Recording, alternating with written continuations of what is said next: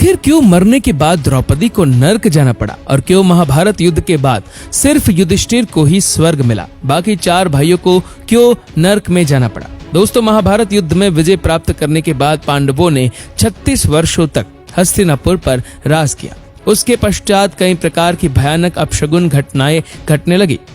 भगवान कृष्ण को गांधारी के द्वारा और उनके पुत्र श्याम को ऋषियों से मिले श्राप के कारण यदुवंशी आपस में लड़कर समाप्त हो गए। फिर बलराम ने समाधि धारण कर अपने प्राण त्याग दिए। उसके बाद एक शिकारी द्वारा चलाए गए बाण से ही श्री कृष्ण ने भी देह त्याग कर दिया। उधर इस बात की सूचना जब पांडवों को मिली तो उन्होंने भी द्रौपदी से परलोक जाने का निश्चय किया और फिर सब स्वर्ग की यात्रा के लिए प्रस्थान कर गए। स्वर्ग की यात्रा पर निकलने से पहले युधिष्ठिर ने युयुत्सु को बुलाकर उससे संपूर्ण राज्य की देखभाल का भार सौंप दिया और अभिमन्यु के पुत्र परीक्षित का राज्याभिषेक कर दिया। इसके बाद पांडवों और द्रौपदी ने साधुओं के वस्त्र धारण किए और स्वर्ग जाने के लिए निकल पड़े। परंतु हस्तिनापुर से निकलने के बाद रास्ते में पांडवों के साथ एक कुत्ता भी उनके पीछे पीछे चलने लगा। ये देख अर्जुन, भीम, नकुल और सहदेव को बड़ा ही आश्चर्य हुआ। तभी युधिष्ठिर ने उन्हें बताया कि ये मेरा स्वामी भक्त कुत्ता है। फिर 5 पांडव द्रौपदी सहित अनेक तीर्थों, नदियों व समुद्रों की यात्रा करते करते आगे बढ़ने लगे। फिर एक दिन वो सभी चलते चलते लाल सागर तक आ गए। परंतु अंतिम यात्रा के समय भी अर्जुन अपने गांडीव धनुष व अक्षय तरकशों के लोभ का त्याग नहीं कर पाए थे, जिस कारण लाल सागर के पास अग्निदेव प्रकट हुए और उन्होंने अर्जुन से गांडीव धनुष और अक्षय तरकशों का त्याग करने को कहा। तब अर्जुन को ना चाहते हुए भी इन दोनों का त्याग करना पड़ा।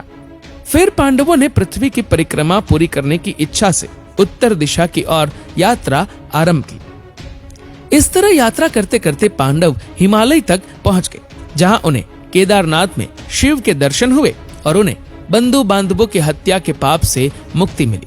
फिर भगवान शिव ने उन्हें स्वर्ग का मार्ग बताया था।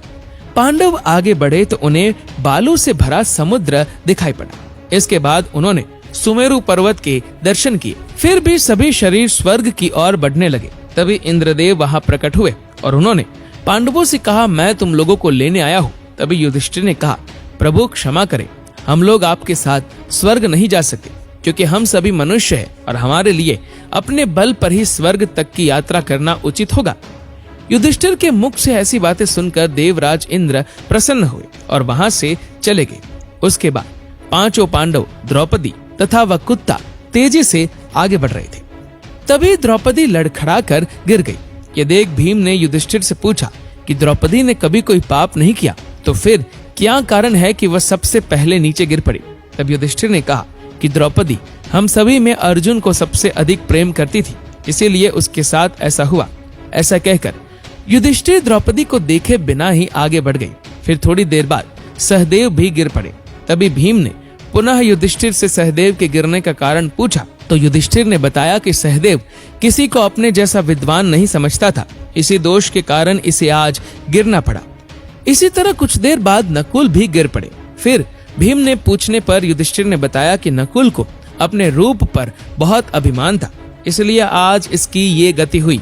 उसकी थोड़ी देर बाद अर्जुन भी गिर पड़े। ये देख युधिष्ठिर ने भीमसेन को बताया कि अर्जुन को अपने पराक्रम पर अभिमान था। अर्जुन का मानना था कि वह एक ही दिन में शत्रुओं का नाश कर देगा, लेकिन वह ऐसा कभी कर नहीं पाया और इसी अभिमान के कारण ही अर्जुन की आज ये हालत हुई है। ऐसा कहकर युधिष्ठिर आगे बढ़ गए। उसके बाद थोड़ी आगे चलने पर भीम भी गिर गए। जब भीम ने युधिष्ठिर से इसका कारण पूछा तो उन्होंने बताया कि तुम खाते बहुत थे और अपने बल का झूठा प्रदर्शन करते थे, इसीलिए तुम्हें आज भूमि पर गिरना पड़ा। ये कहकर युधिष्ठिर आगे चल दिए। अब केवल वह स्वामी भक्त कुत्ता ही उनके साथ चल रहा था। युधिष्ठिर को अपने धर्म में स्थित देखकर यमराज यानी धर्मराज बहुत प्रसन्न हुए। इसके बाद धर्मराज युधिष्ठिर को अपने साथ स्वर्ग ले गए।